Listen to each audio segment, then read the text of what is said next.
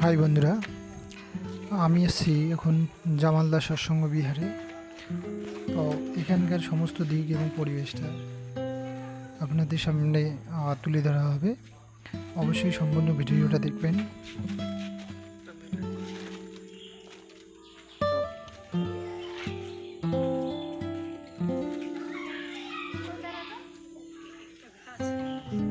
আর এখানে আসলে একটা জিনিস লক্ষ্য করবেন, প্রত্যেকটা ঘরের দেওয়ালে বিভিন্ন রকম লেখা, খুবই ভালো বিভিন্ন রকম বাণী, যেগুলো পড়লে খুবই ভালো লাগে।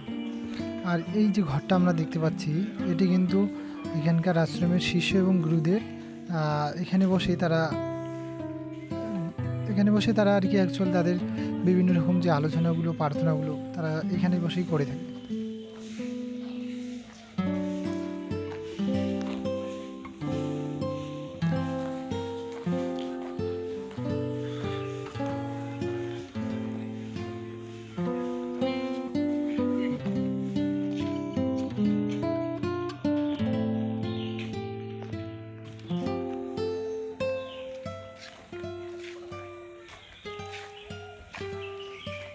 আর এখানকার একটা বাণী আমি পড়ছি, শুনেন।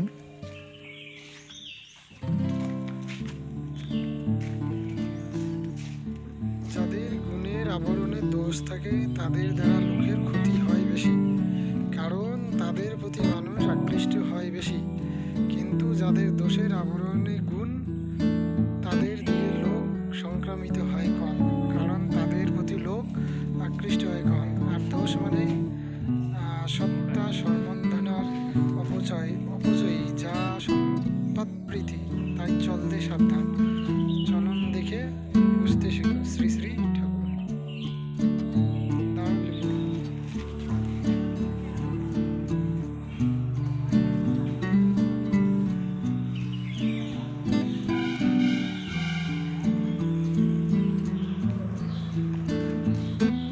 পরিবেশটা ভালো কিন্তু এখানকার, একদম মনোরম। আর এখানকার লেখাগুলো সব থেকে বেশি ভালো লাগে। প্রত্যেকটা ঘরের দেওয়ালে সুন্দর সুন্দর লেখা। ওটাই তো কথা।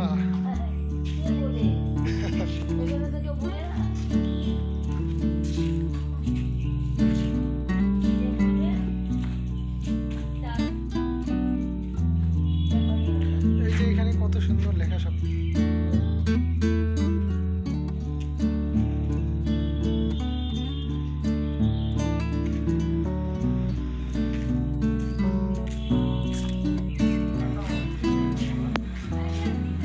আর এই যে মন্দিরটা দেখতে পাচ্ছি, এটি কিন্তু শ্রী শ্রী অনুকূল ঠাকুর চন্দ্রের মন্দির।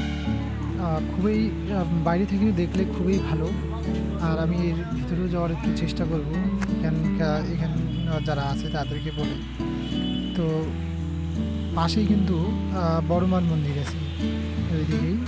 যাই হোক, আমি ভিতরে গিয়ে দেখাবো সেখানকার ভিতরের পরিবেশটা, মন্দিরে অনুকূল ঠাকুর চন্দ্রের।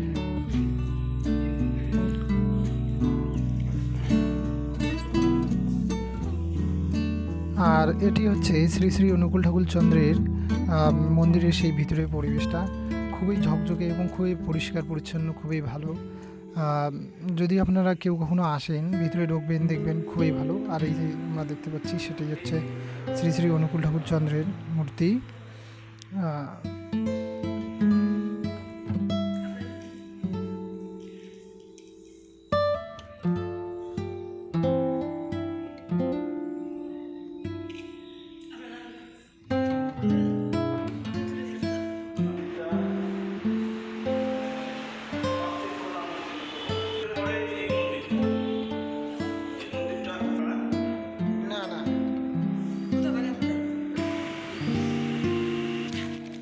তো আমি মন্দিরের ভিতর থেকে এখন বাইরে এলাম।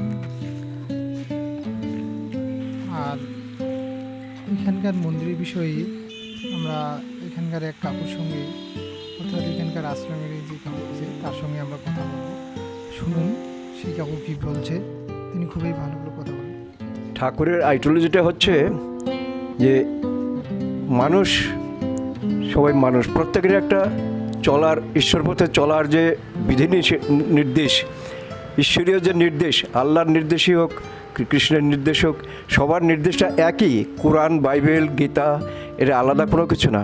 সব কিছু ব্যাখ্যা করা যায়, বাংলাকে ইংরেজি করা যায়, ইংরেজিতে বাংলা করি। যে ভাষা, বিভিন্ন ভাষায় লেখা, তাই আমরা পার্থক্য দেখি, কিন্তু সবই একই। গড ইজ ওয়ান, ঈশ্বর এক। এবারটা 10 টাকায় না, সবাই নিতে পারে। হ্যাঁ হ্যাঁ, এটা 10 টাকায় তো।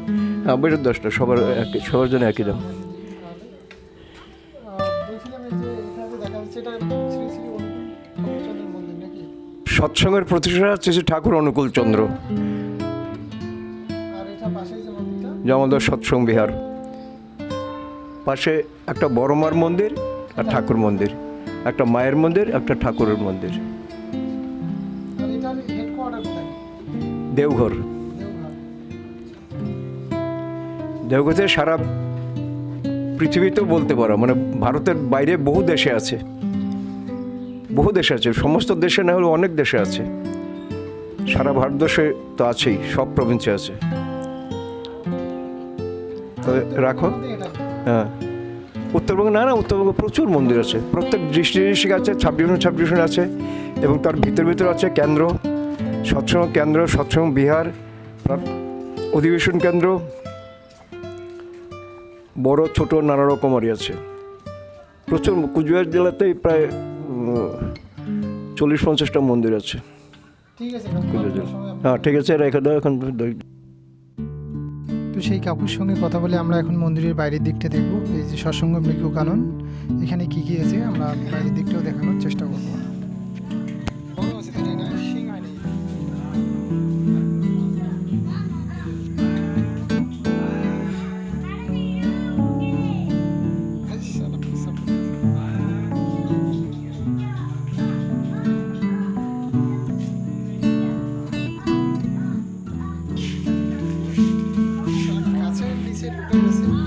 দেখা দেবে না।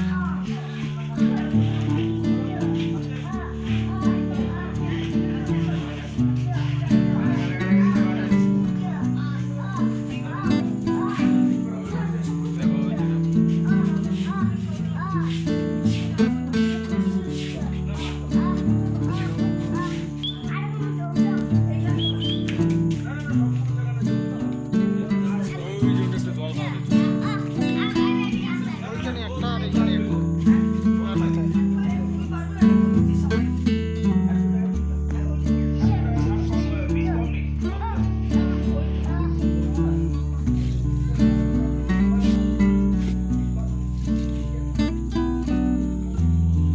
জঙ্গলের ভিতরে গেছে না?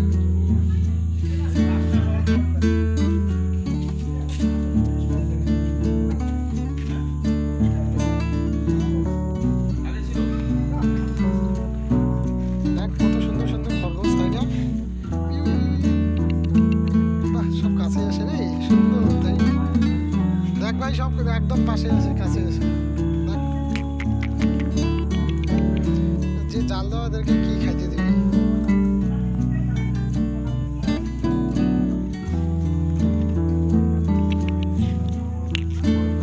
এই খরগোশ আয়, এদিকে আয়, এদিকে আয়।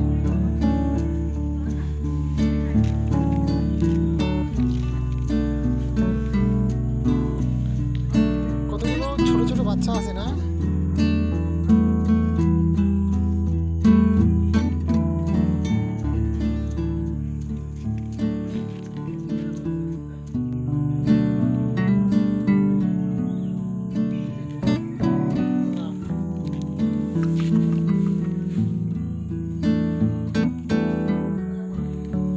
আর এরা গর্ত করছে, দেখ গর্তের ভিতরে বুঝে থাকে এরকম।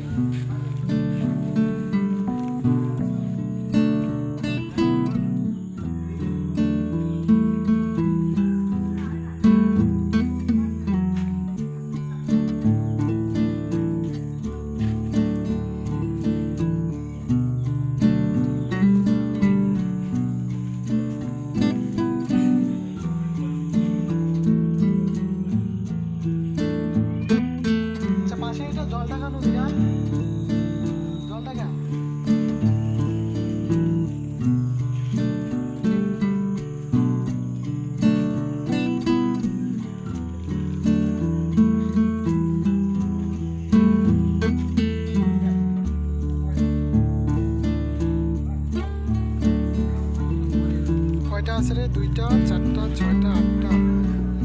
ছোট আছে, বাচ্চা আছে না?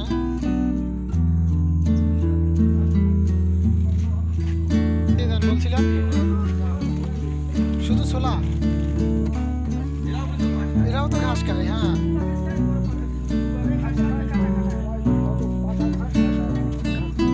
গাছের পাতা।